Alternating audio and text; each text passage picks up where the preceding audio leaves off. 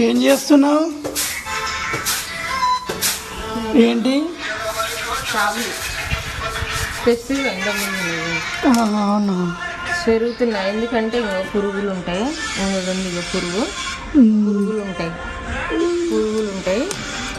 అందుకని మంచిగా చెరిగితే మంచిగా ఉంటుంది. చెరిగి పట్టించుకుంటే మంచిగా ఉంటుంది. పట్టించుకొస్తే అవును, చూస్తాను బాగున్నాయి.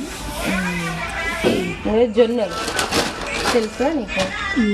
జొన్నలు రాగులు కలిపి పట్టిస్తే మంచి బాగుంటుంది.